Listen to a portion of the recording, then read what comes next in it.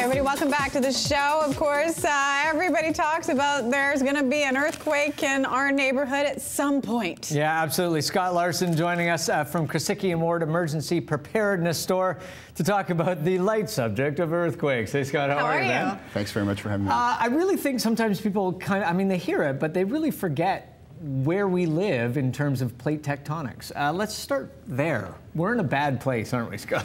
Pretty much, yeah. We don't get the regular reminder earthquakes that they do in some places. Yeah. Like California. Like California. So it's easy to just carry on life blissfully unaware that something bad might be coming. Now, you say those little earthquakes that are sort of the pressure relief system for plate tectonics. What does that mean that we're not getting the little ones? Well, we do get them. We just don't really feel them very often. Yeah. So the plates are basically where we are. It's a convergent zone. So we are on the Juan de Fuca plate. Tell us about this diagram that we're looking here. Sure you say it Fuca? Yes, Michael. Okay. So the North American plate is headed generally a little bit west and some south, and the Juan de Fuca plate presses up against it, and it subducts, which means it goes underneath the plate. And that's why there's volcanic activity right up the coast. So that's a diagram of subduction there. Exactly. So as the plate goes underneath the North American plate, you get molten rock. It's coming straight for us. What do we do? Now, we've always heard this. I mean, growing up, there's been a couple earthquakes here in Vancouver. Nothing really that major, knock on wood. But it's best to be prepared. So what does one do? First of all, before we talk about the kit, what should you do if you feel the earth shaking?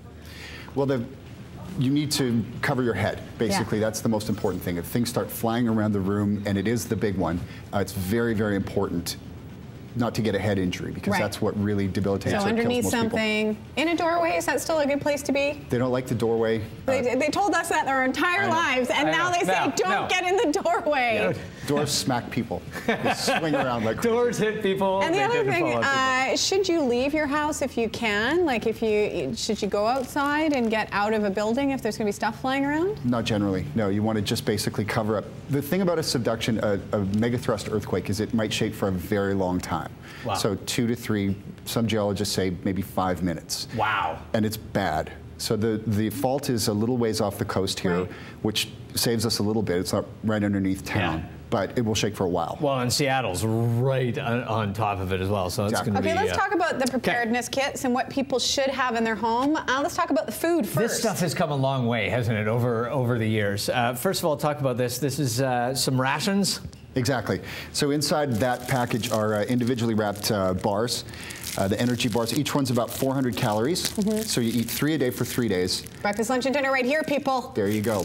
And the advantage is, this is a 4-person earthquake kit. This right here will hold everything you need for 4 people. Exactly. For how long? For 72 hours. 72 hours. And the reason... Oh, sorry, go 72 hours. Yeah. Well, it tastes like old shortbread. And I mean that in a good way. Old shortbread. Like really dense shortbread. It's quite tasty. 72 hours, you would assume in that time that you've been able to get help or... Yeah, things won't be back to normal probably if we do really get the big one. Yeah. But at least you're not that person who's out joining the chaos. Where's my water coming from? Where are my supplies coming from? I've got a cut. I need first aid, that kind of thing. Agua. Water's the most important. Explain these little guys. I've never seen these before.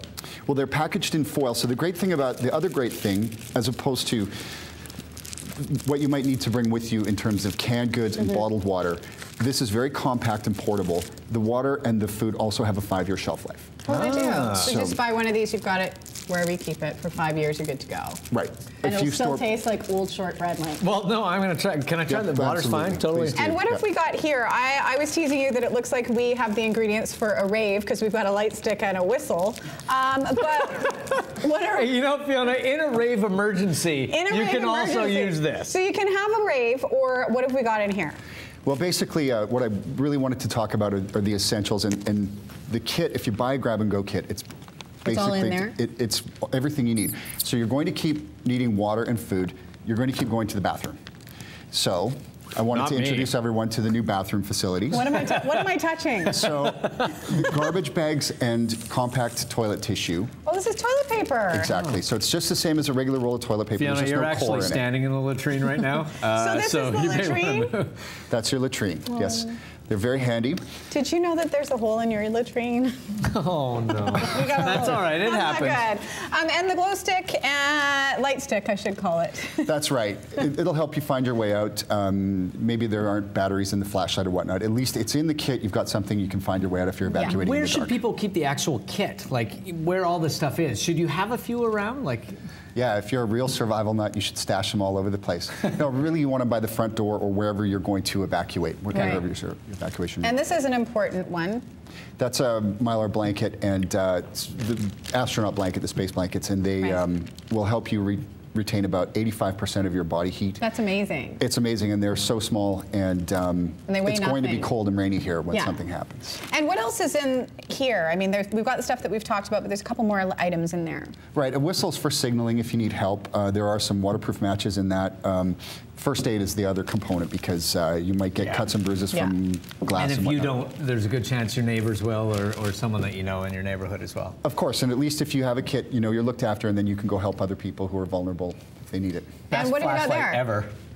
Yeah, this is a flashlight, and it's got a radio as well. This is a wind-up.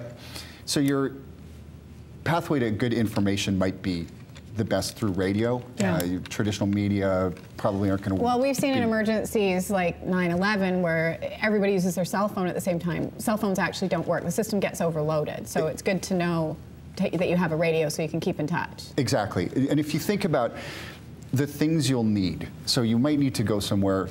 Bank machines might not be working, the telecommunication system might not be working. Think about the critical infrastructure, the transportation. If you need to get across a bridge to get to your kids, to pick them up, think about that as part of your evacuation plan and have some information around that so you know what you're doing. Do you guys sell like a complete kit? It's all put together for the dummies, and you can just come in and a grab and go. And a grab and go survival kit. This is it. I mean, this is a 4-person, and our kits go from a 1-person, which comes in a cooler bag. It's super handy, and they go right up to a 5-person kit. Beyond that, they kind of get big and bulky. And a great thing to keep in the car too. Absolutely. Yeah, a lot of people are always snack on while you watch TV. These are actually really tasty. I'm thirsty though. Earthquake!